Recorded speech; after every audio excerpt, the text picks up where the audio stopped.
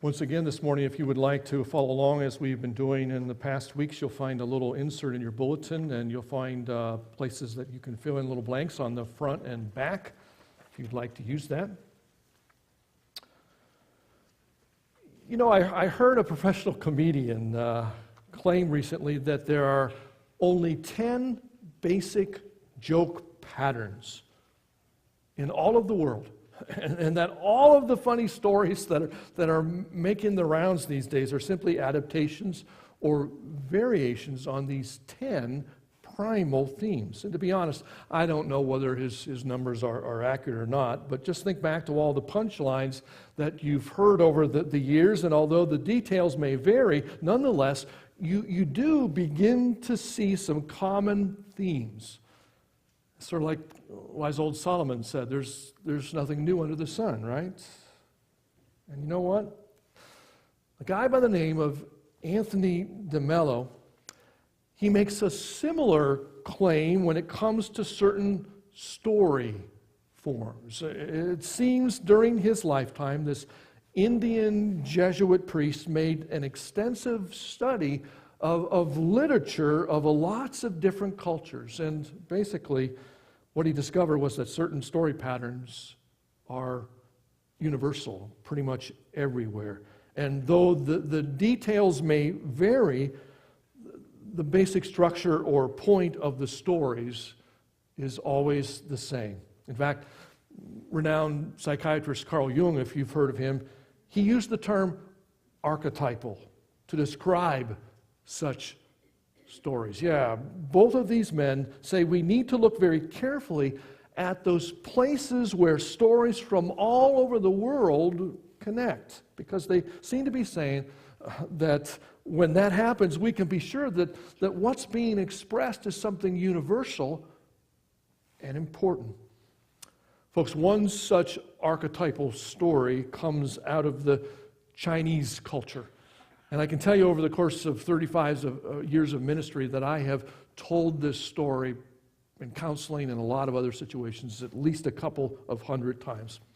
Seems there was this old, poor, widowed man. He was a farmer. He and his son had but a single horse. And this horse did everything for them. It pulled the plow, it pulled the wagon, it was their sole means of transportation. The boy loved the horse, and he fed it every day, and he talked to it every day, and he groomed it. It was his best friend. So one day, he came to his dad, and he said, "Dad, this horse is the greatest blessing I could ever ask for in my life. I love this horse." And his dad said to him, "How do you know this is a blessing? Maybe this horse is a cursing." The boy said, "How could this horse be a cursing? It takes care of everything in our lives. It's my best friend. Of course it's a blessing." Very next day, the boy finished grooming the horse. He accidentally left the paddock gate lock open. In the middle of the night, the horse escaped. So the next morning, the boy had no horse. So he came to his father and said, "You were right. Having something that you love and it runs away isn't a blessing, it's a cursing. I'm in such pain." And the father said, "How do you know the horse running away was a cursing? Maybe it was a blessing." The boy said, "How could it be a blessing? I had a horse and now I don't have a horse. It's a curse." But a couple of days later, the horse came back. And with her, she brought a beautiful stallion. And so the boy said, "You were right, Dad. What a blessing. I had one horse and now I have two horses. This is such a blessing." And the father said, "How do you know this is a blessing? Maybe this is a curse." The boy said, "How could this be a curse? I had one horse and now I have two." But the very next week, the boy tried to ride the stallion. And in trying to ride the stallion, he was bucked off and he fell, and one of his legs was shattered. And as he lay there in bed in so much pain, he said to his dad, "Dad, you were right. This is such a curse. Here I am. I'm going to be crippled for the rest of my life." And the dad said, "How do you know this is a curse? Maybe this is a blessing." And the boy was about to go, "Ah!" At this point, he was starting to learn. And the very next week, that Chinese village, every single man under the age of 50 was conscripted, drafted, to go off to military service, a war that went on, and every single one of those men was killed in battle. But because the old man had to take care of the boy and the boy was crippled, they stayed home. And so his life was spared. And folks, Anthony de Mello draws two basic conclusions from this sort of archetypal story. First, he says, we humans are in no position to make final judgments on the things that happen to us. Yeah, a certain event that may have the appearance at first as being evil, sort of like a valued horse that runs away, sort of like a leg that is broken, and yet in the mysterious unfolding of life, what seems so bad at the time, it turns out to be the means for unexpected good. Sure, had the horse not run off, the stallion would have never come. Had the leg never been broken, then the son's life would likely have been lost. And therefore, the old farmer's reaction each time, it was profoundly wise. He accepted the shape, shall we call it, of his own creatureliness. He refused to hand down ultimate verdicts of things until they had run their course, because no doubt he knew what the book of Genesis tries to teach us, namely that the fruit of the tree of the knowledge of good and evil, it's poison to us, folks. We did not create the universe, and therefore we do not have the capacity to be able to determine the ultimate nature of life's realities. And sure, what is finally good and evil is literally beyond our finite abilities. And so stories like this one about the boy and his horse, they underline the importance of humility, the importance of openness to mystery. In fact, it's the Apostle Paul, isn't it, who tells us in 1 Corinthians 13 that he could only know in part, and he could only prophesy in part. And why is that? Because it says it's like we see in a mirror, dimly. And friends, this is exactly my first point, the point of this archetypal story. We humans, we're in no position to be able to make final judgments on the things that happen to us, are we? And friends, de Mello's other conclusion, I think it's a very bright, I think it's a very hopeful one, is namely that God is at work for the good in our lives. The one who created the universe, the one who knows fully the essence of good and evil, he's sort of like this ingenious alchemist. He takes what looks like lead and he turns it into gold. And though he's rarely obvious in how he works in our lives, yet again and again in history, he takes the worst of times and he does the best of things with them, like he did with the runaway horse, like he did with the broken leg. Years ago, there was a guy by the name of Herb Gardner, and he wrote this wonderful play. It's called 1,000 Clowns. Seems the title comes from the metaphor that the main character uses in trying to explain to his nephew the wonder of being alive. Listen to what he said to his nephew. He said, son, every day is sort of like going to the circus. You remember how a little car always drives into the middle of the ring, and it looks so tiny, and then all of a sudden, all of the sides open out, and out pops 1,000 clowns. Yeah, you never would have dreamed that all of those people could be in such a little car. But somehow they were. Well, this is the shape of life, my boy. Because there's always so much more to any event than we humans can ever see on the surface. So, son, don't ever assume that you know everything about anything. Because every day is like a little car filled with 1,000 clowns. So learn to be humble and a friend of mystery. And who knows how you'll be surprised.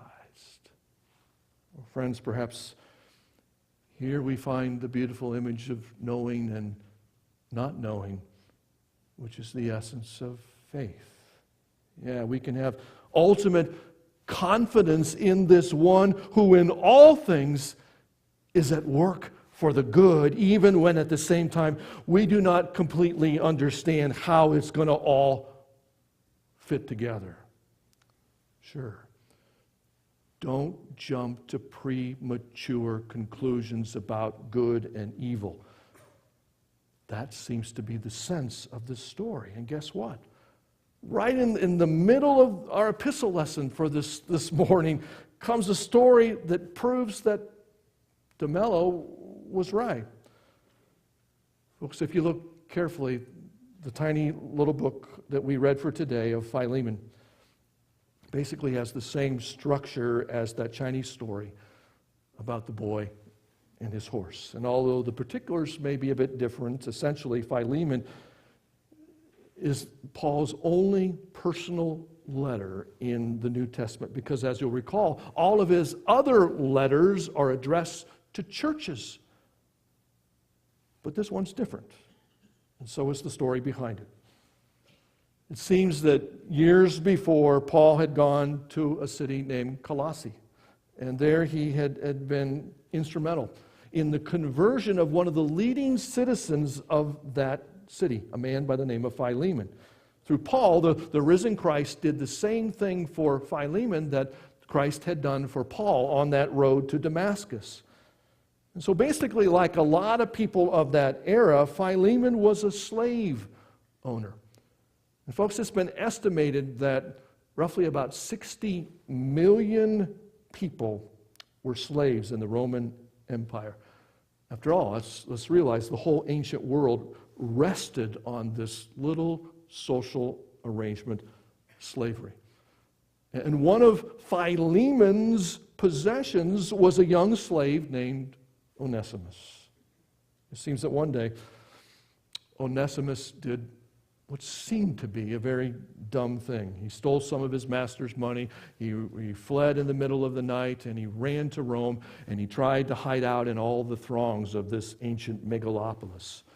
And no, we have no details as to how Onesimus happened to cross paths with his owner's old friend, the Apostle Paul.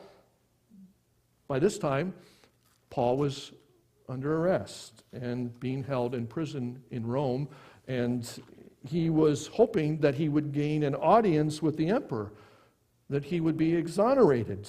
And it could be that Onesimus could have been arrested by this time and was thrown into the same prison. As I said before, this is part of the story that's unknown.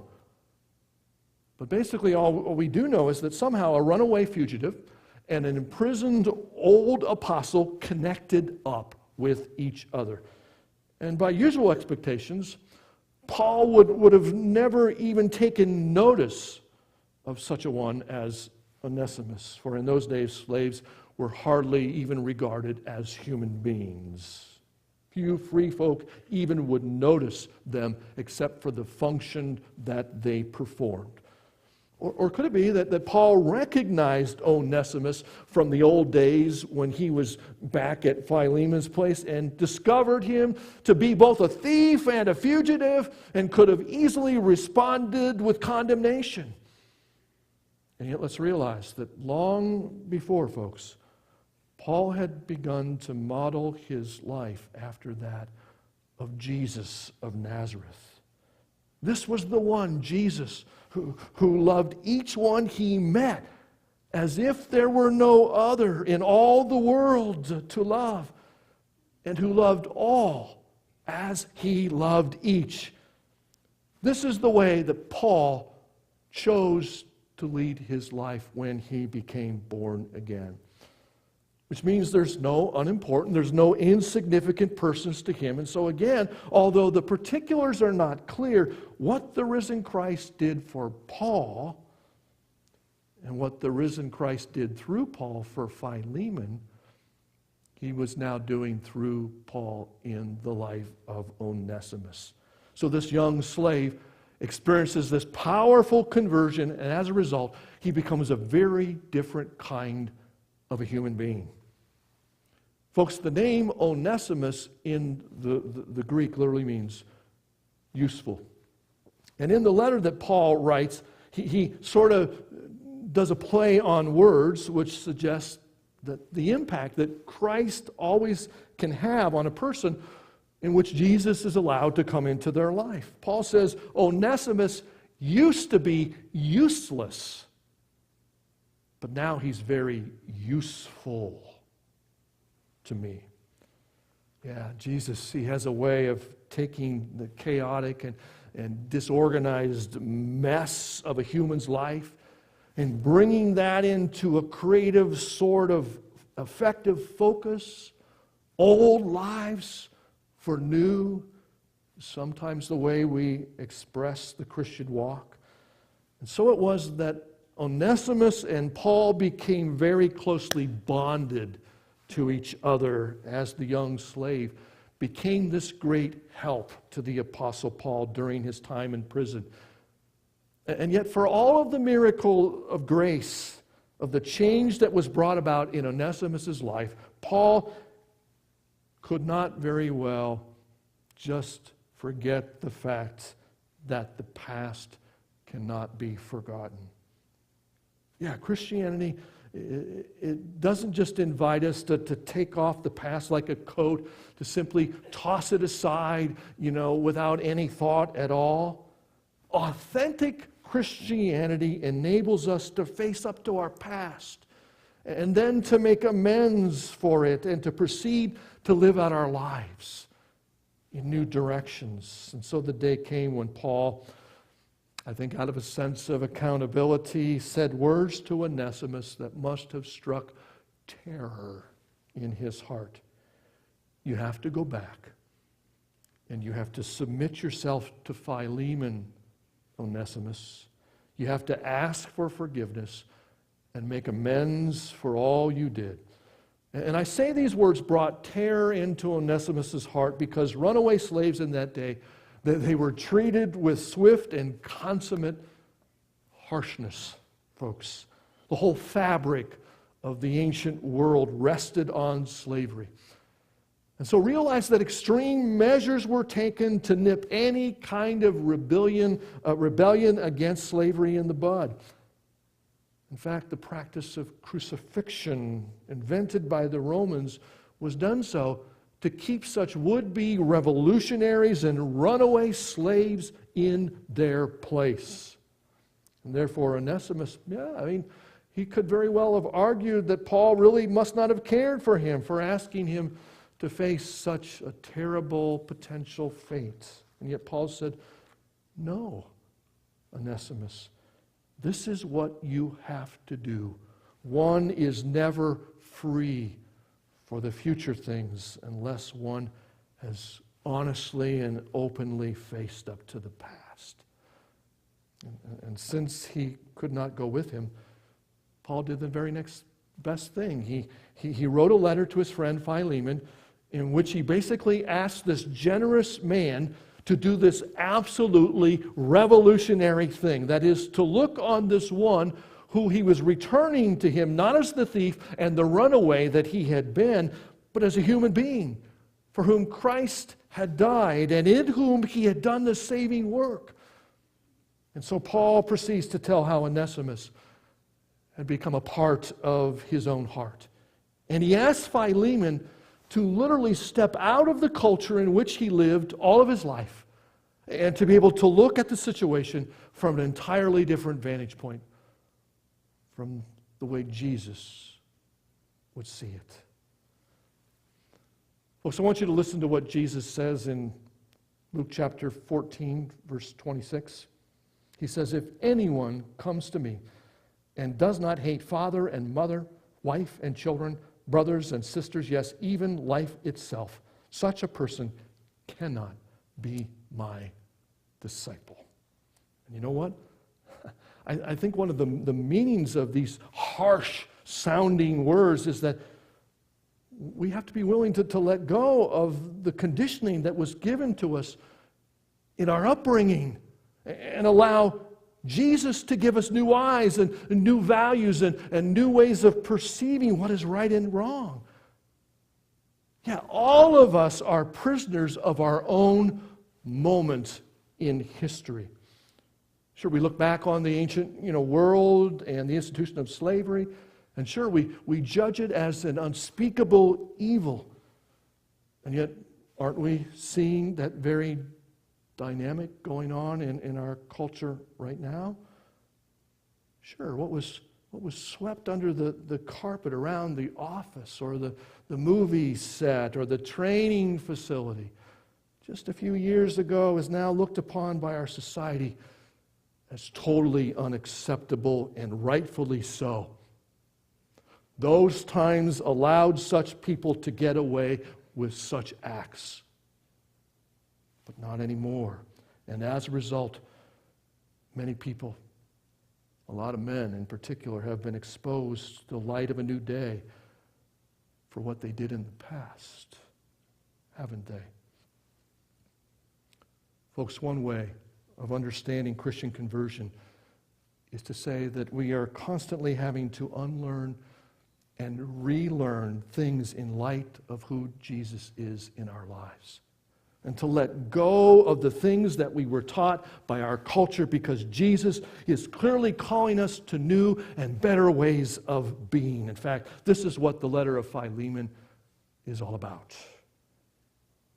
Someone has said about the letter of Philemon that this was the seed that eventually split the rock of slavery. And perhaps it's true.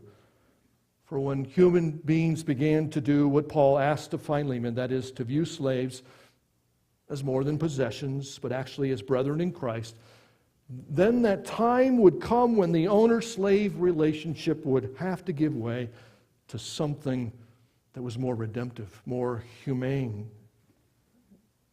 At any rate, this is the appeal that Paul makes to his friend Philemon.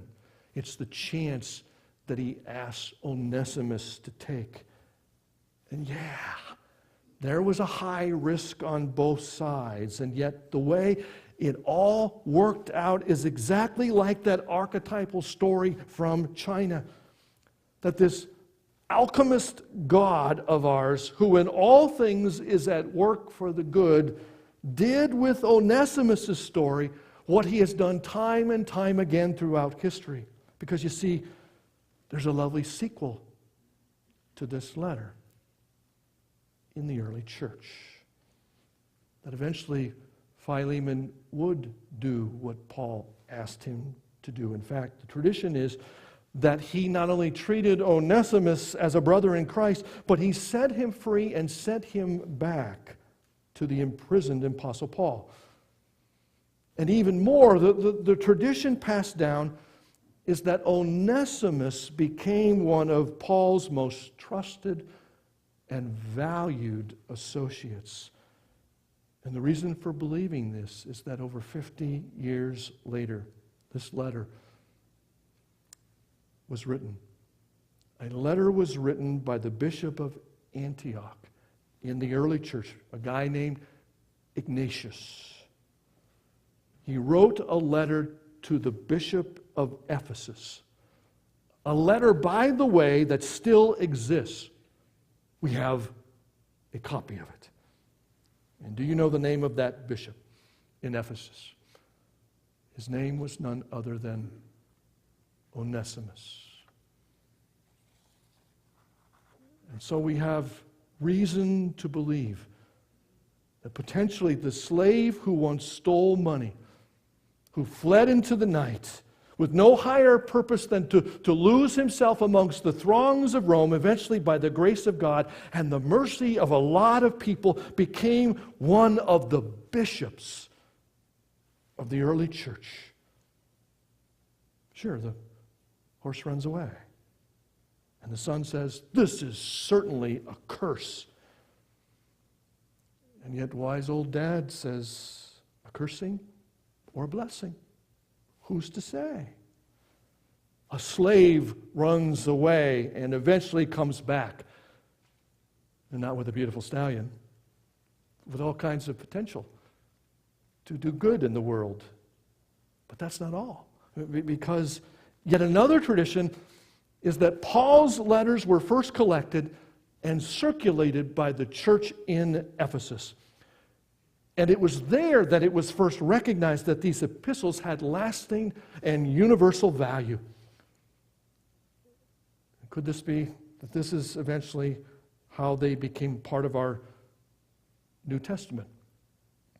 And who do you suppose was most responsible for collecting and distributing these letters? Well, many biblical scholars attribute this to the work of the bishop in that place. And who was the bishop in that place? None other than Onesimus. Just a coincidence, right?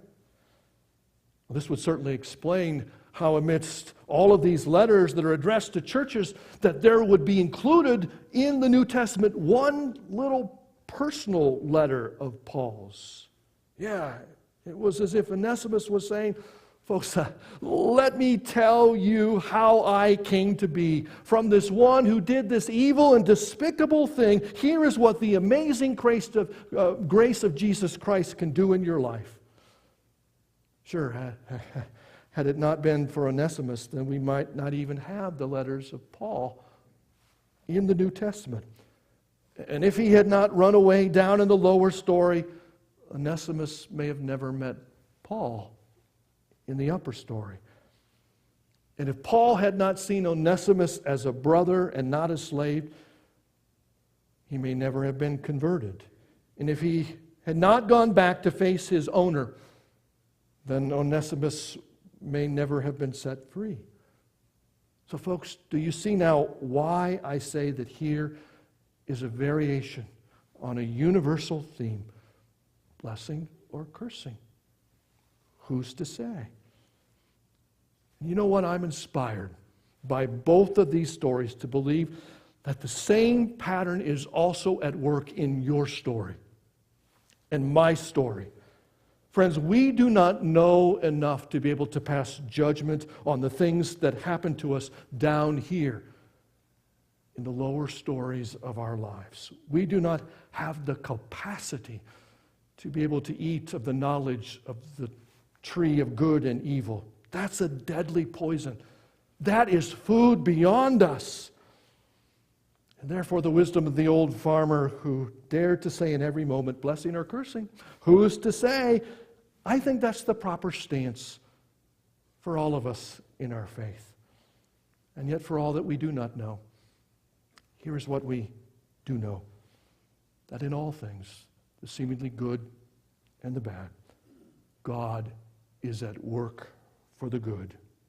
Life is like a circus, and every day is sort of like those little cars that appear so tiny, and yet out of which emerges 1,000 clowns. It's too early to come to a conclusion about any events in life, but it's not too early to live in hope, and to live in faith, and to live in joy. Our God is a God of mystery, but you can count on this. He means us good, that in all things He loves us and He works for the good of those who love Him, who have been called according to His purpose and plans.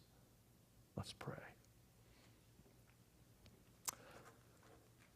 Father, how we are blessed by your word, how we are blessed by a little book called Philemon, about a story with a universal theme.